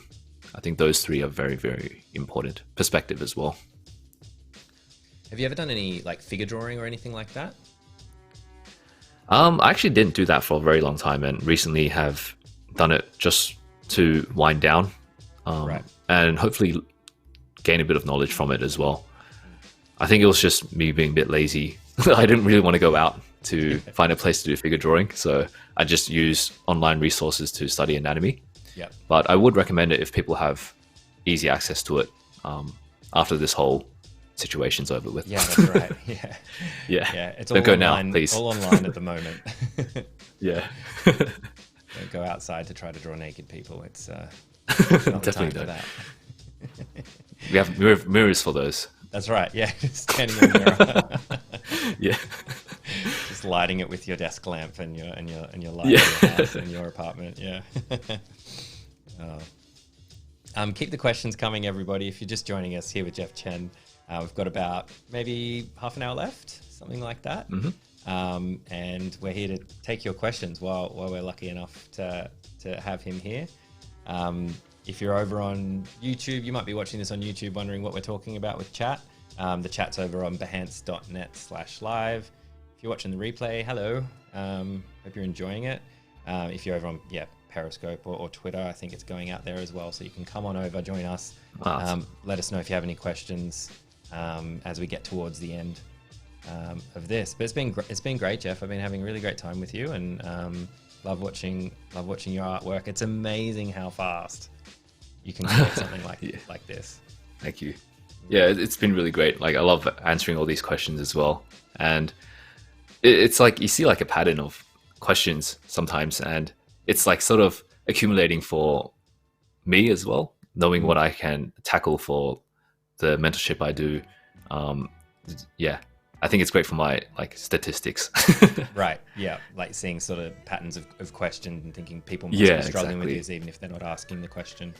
Yeah. Any tips on learning how to draw creatures, especially dragons and characters? Yeah, there's no anatomy class for dragons, so that's a great question. The interesting thing is that a lot of that anatomy can relate to other real life creatures or animals. I've seen people make dragons out of dogs.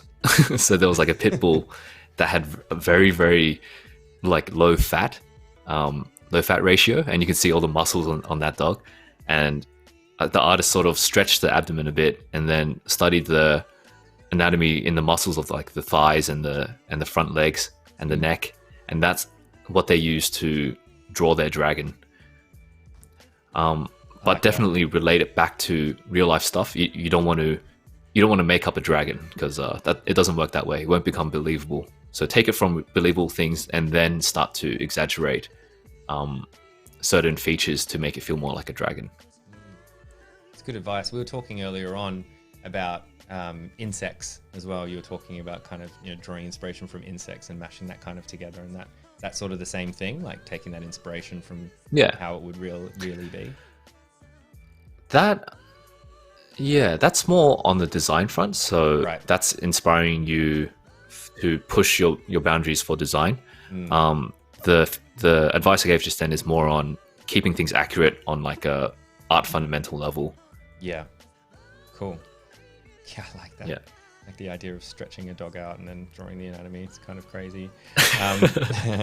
Give it really long legs. Just a weird thing to be caught doing. Like, what are you doing? It's like stretching a dog in Photoshop. Just like, this is awkward. It looks better this way. Yeah, trust me, I know what I'm doing. I'm an artist. Jeff Chen told me it was okay.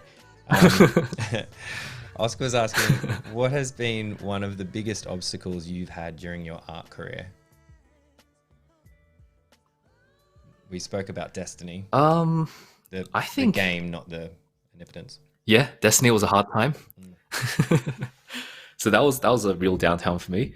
I think something that I constantly struggle with is what's it called? Imposter syndrome. It's like not knowing if what you're doing is right, or like not right, but more like, are you qualified?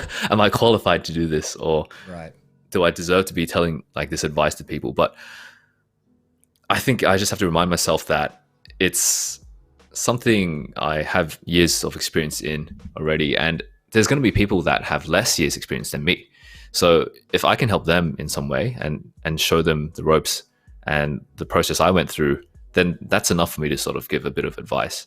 And the other side of it is like, if you have imposter syndrome for places you work in, just remember that they've looked through so many portfolios to get to yours, and there must be something, whether it's the design of stuff or the fundamentals you have or the style you have, that all is thoroughly checked before they hire you. So yeah, I don't think anyone should really feel like that if they ever come to the point where they feel like there's imposter syndrome. Yeah. I think we all get that a little bit, and I know a lot of very successful people that certainly have it, and you would never guess from the outside looking in, but I can guarantee a lot of people feel that way throughout their entire careers. So I think it's just something we all need to deal with a lot of the time. Well, all of the time. Exactly. Yeah. This is an interesting question. Yeah, it's a thing, which is kind of scary. Hi Jeff, what tips would you give to school children today to inspire them into game design? I think letting them naturally get into it is a better way than trying to find ways to inspire them. I think letting them play games that are visually very stimulating would get them into the mood to like draw the characters or the scenery they see or the creatures they see. I think also showing there's like a lot of art books and stuff that studios release. So seeing the behind the scenes of how one of their favorite characters or creatures were created, that's a great way to inspire them as well. They can see like the initial sketches and how it evolved and became what it was when it was released.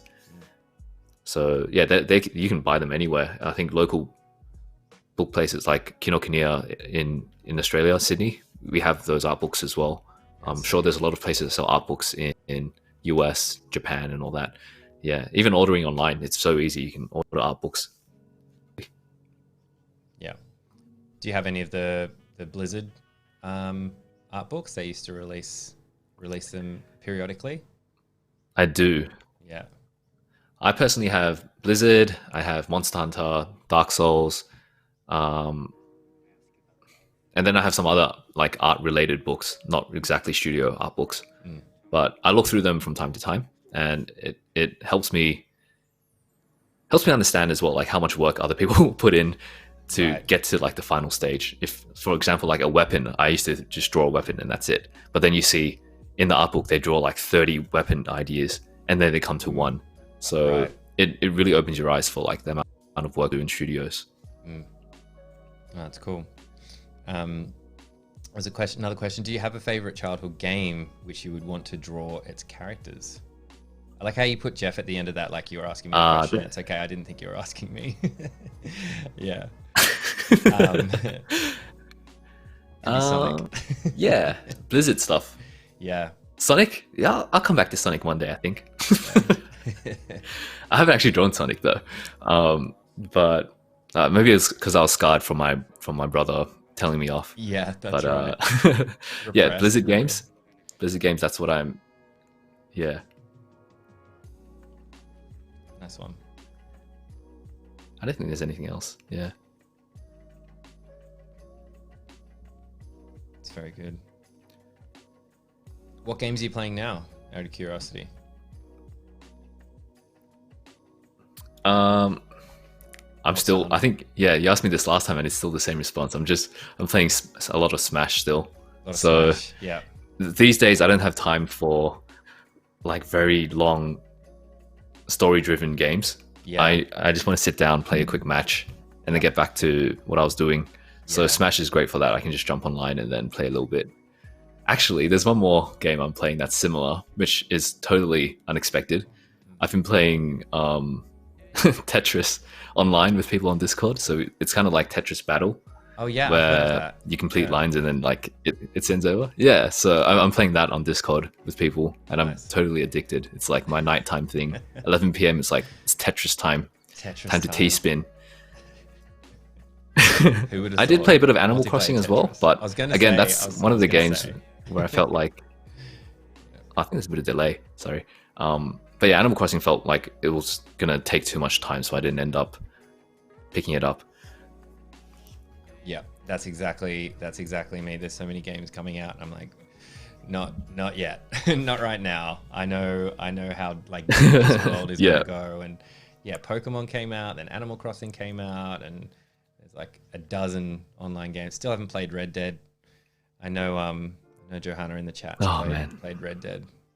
And I know from my friends, I'm like, no, I'm just going to lose myself in this game, and there's too much other stuff to do. So,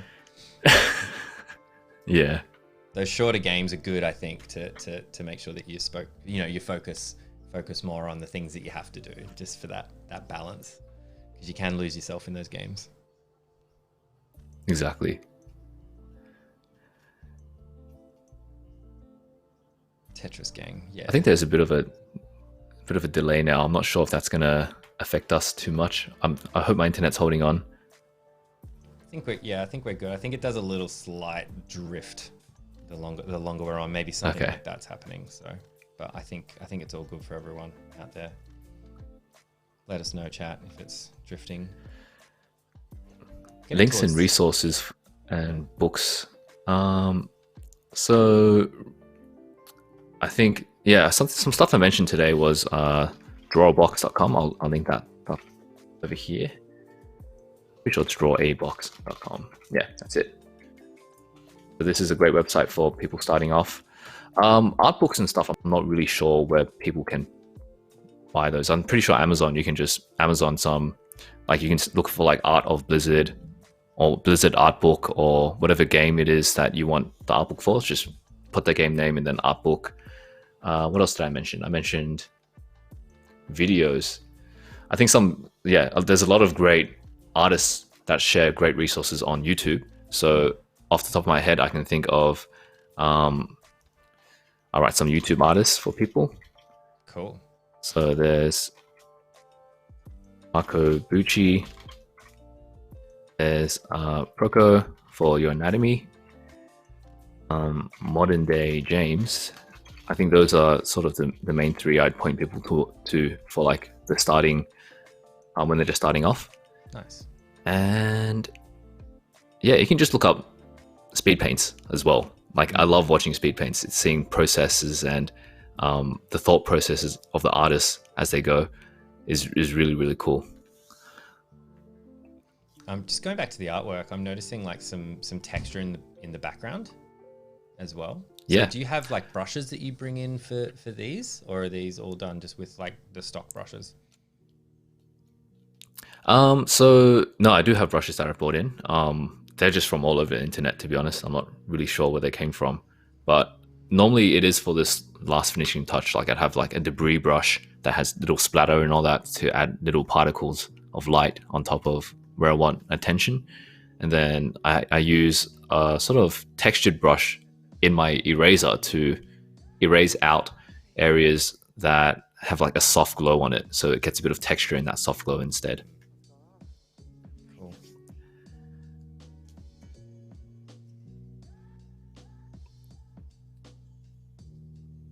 Got a question from Derek. So where's that gone? Any thoughts on how to add appeal to characters or design in general? What makes an appealing character versus a less appealing character design? I think really pushing the limit on certain, like when I design a character, I'm thinking about a certain feature that I want to emphasize. And in this case, the helmet has that giant horn on it. That's the main feature. And you saw earlier in the video, I exaggerated that even further halfway through the process. So I think letting that language resonate throughout the character brings it back to that head as well. Like you want to make sure everything's related, and that helps create an appealing character. But if at the same time, if you have too many unique features or too many ideas going on in one character, it can get very lost. So it's that balance. Can you link everything back to that one shape or idea that you want to emphasize without going overboard and adding too many ideas to try and accommodate that? And I think pushing in a way that's less conventional. Like if you for example, like I'm doing this knight, and I don't want to just use regular knight shapes. Sometimes it has to be a little bit ridiculous and less functional. That's the kind of things we look for in gaming that make a character feel appealing. Right. It's cool. Good advice.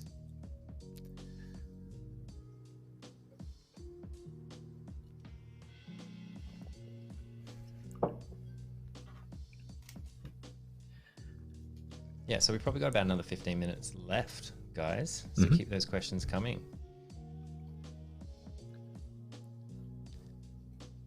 Do you normally work out in the morning? Have we interrupted your workout regime, or do you have like a specific time, or is just time doesn't even matter at the moment because of the current situation? I tried to keep it in the morning, so I used to wake up the time I normally wake up and then fit that time in, like fit the exercise time in. Yeah. And then I found myself slowly sleeping in a little bit. First it was like 10 minutes, and now I'm waking up just 30 minutes before work. Right. So it's sort of shift. If I can wake up, then I wake up and do the exercises. If not, then I shift it to the afternoon. Yep. Yeah.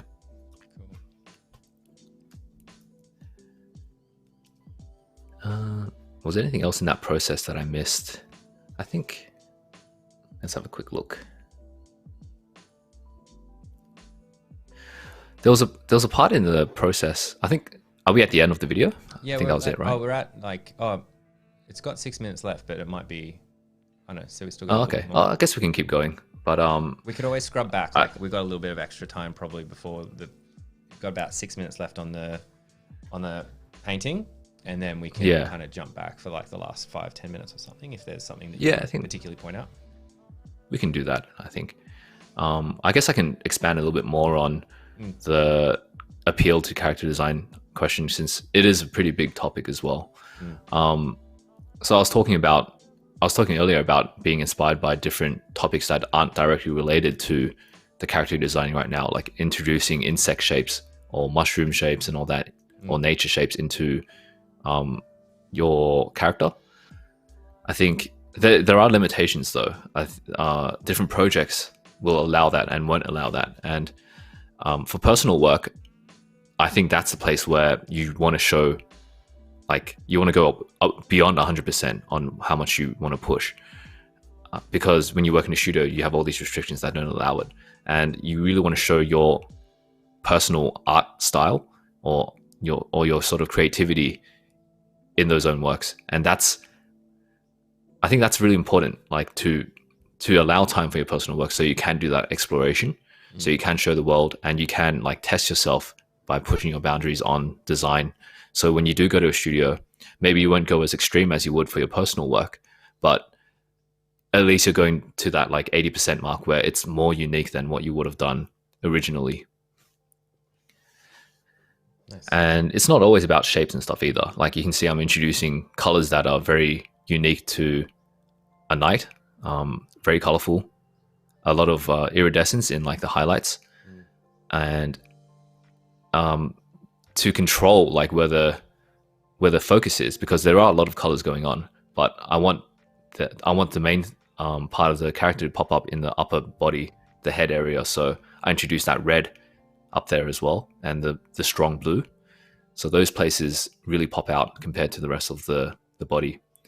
And another way to, like, this is a little trick I use to make sure focus is brought to the places that you want focus to be brought to, is put less attention in certain places, because if you detail everything, then it's kind of like everything's sitting at 50%. But if you let the head be like the 80% and then 20% legs in terms of details, then people are going to be looking at where that 80% is. And if you have the most interesting idea there, that becomes emphasized. And then that will make your character feel more appealing as well. Yeah, cool. We had a question about the brushes again. Hey, Amanda, I'm sorry you can't get into Behance. That's a bit weird. But yeah, thanks, Johanna, for passing the question along to us. Was asking what brushes do you use? We covered this a little bit earlier. So you mostly just use what is kind of standard, and then just an assortment of brushes that you've collected from God knows where. Yeah, exactly. I for more stylized pieces, I do really only use the round brushes. So it's a variation of like a round brush that has a bit of scattering, a round brush that's hard, and a soft round brush. For these type of paintings, I think the brushes don't matter too much. As long as it has a bit of grit and texture in there, then it does the job. There are advantages to different brushes. I was talking about earlier where I had one with like one hard edge and one soft edge, and you could flip the canvas to use different edges of that brush. But again, I don't think that's. I think they are shortcuts, but it doesn't define the artwork or the artist. That's cool. Jacob's asking if you have a favorite student in your mentorship. Oh. Don't have to answer that. No, I think I will. Since he asked, none of you. Get back to work. Amazing. Perfect. I hope I pronounced this correctly, but someone asked, are you familiar with Sakimi-chan style? Sakimi-chan, yeah. Yeah. And do you think it's a good style suitable for drawing dragons and characters? I think her style is very exaggerated in terms of body proportions, and it's very I say that as like, I think people who know Sakimi-chan will know what I mean. I don't think the style really relates to dragons. I feel when I think dragon, I think about the texture of a dragon as well. So Sakimi-chan uses a lot of soft brushes and a soft blend, and if you have that for a dragon, you lose that grittiness. It's like how I talk about metal and cloth, the materials. If I use a hard brush to draw cloth, it's very difficult because the attributes of cloth is very soft and floaty, but if I use a hard brush, it feels very solid and heavy. So I would keep those, like the hard brushes to metals and soft brushes to cloth. And that's the same idea like with dragons and Sakimi-chan style. If you only use the really soft blends and all that, can you convey the harshness of a dragon? And I think that's difficult. I think something more painterly or something with more grit would suit a dragon more. But it depends on the dragon you want to do as well. You can do like a sea serpent that's really slimy and and smooth, I guess, and that would still work. So I think we're at the end of the video. So if you want to describe anything, we've probably got, I'd say we've got maybe 9 minutes to be specific. So we've got a bunch of questions in here, but Jeff, if there's anything else you want to mention about the artwork, now's a good time. Just cut me off. So yeah, there's a little part. I think maybe go to halfway, and I'll see where we are at that point. Moving forward. Okay, slowly. What was I doing here? Okay, yeah. So this is it. This is perfect. So I'm using layer modes here. I'm using multiply, and I'm using gradient maps. Oh, not gradient maps. I'm using color dodge to bring up lighting. So again, know your light source and know the tools that you have. So if you want to bring up lights, use color dodge and apply it to places where the light source is hitting directly. And the areas that aren't receiving much light, that are heading towards the distance, going around the corner, you want to use multiply to soften that edge and add shadow on there. Photoshop is great for that. I think if you had to do all this manually in painting, traditionally it'd be quite annoying. But yeah, we get to like edit the opacity on that layer as well, which makes it super easy. We can adjust how heavy that shadow is. See, I'm adding like these little dark crevices of shadows. Yeah, cool. I think that's just something I wanted to mention. So people can use those tools a lot more instead of trying to just draw everything in a single layer and not take advantage of these things on Photoshop. That's awesome. We do have some more questions, and again, just cut me off if you wanted to point anything else out. But Derek was asking, how would you add interest to generic items such as reward chests or sword designs? Some advice for mobile games. I think the first step is to not believe that they're generic. If you look at other games, swords can be very, very interesting. Even things like a loot box in Overwatch, sometimes it's VFX and all that, but the design itself is interesting. And if you ever feel like you're kind of stuck, or like maybe you have some restrictions from your brief, I think it's always better to give the option to your client or your studio, whoever you're working for, or yourself, to do the generic one, get that out of the way, and then do 2 more designs that explore something completely different. Maybe something that's in between generic and extreme. And you'll tend to see that the extreme ones are the better ones. because it's just add your own flavor in it. It's if you want like a generic sort, you can just download an asset off like the Unreal Store or something like that. Right. We don't need that. So we're here to break those boundaries, and I think if you give that option to your client, they'll see. It's like, okay, maybe we can start to explore something more extreme. Yeah, nice. Very good.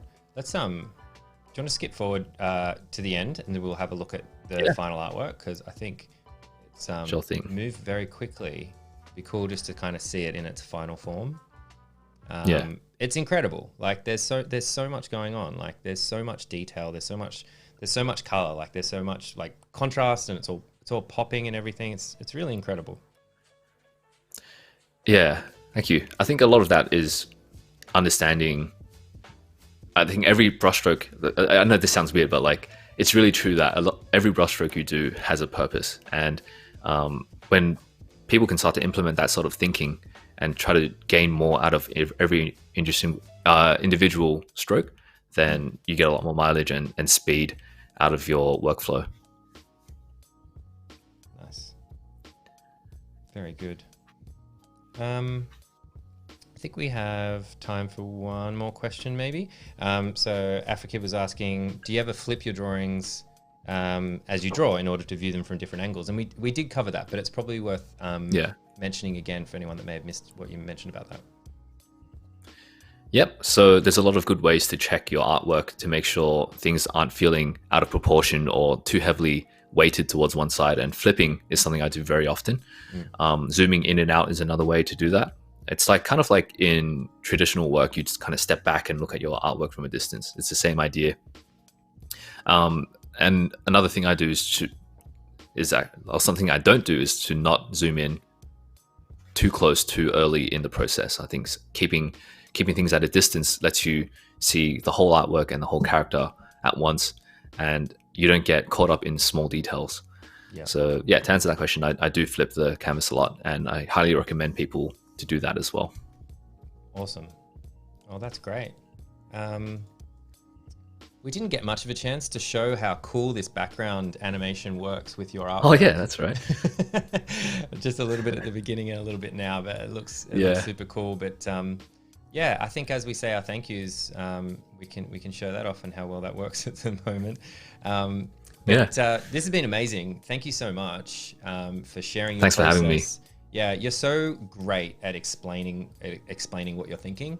And you've clearly got like a lot of experience in like mentoring people and helping other people out and putting your mindset in their shoes. And so I'm sure everybody in chat and myself, we really appreciate it. Yeah, we've all been through there, and like I really want to make sure people can get through that first hurdle and not get discouraged. So yeah, that mental talk, the mentality of learning, I think that's something I really want to push and help people out with. That's awesome. So yeah, and thank you, chat. Thank you, Johanna, for moderating us and throwing in some of those links. We'll be back next week. We're back at around the same time, so 8:30 or 9 o'clock every day in Sydney, from Tuesday to Saturday. And Jeff, we'll have you back on, and we'll tackle this again because it's been fantastic. Definitely, I'd love to be here. Awesome. Thanks for having me. Thank you, and we'll chat soon. So I'll see you all next week. Have a wonderful weekend, everybody, and thank you for the fantastic See you questions. guys. Bye. See ya.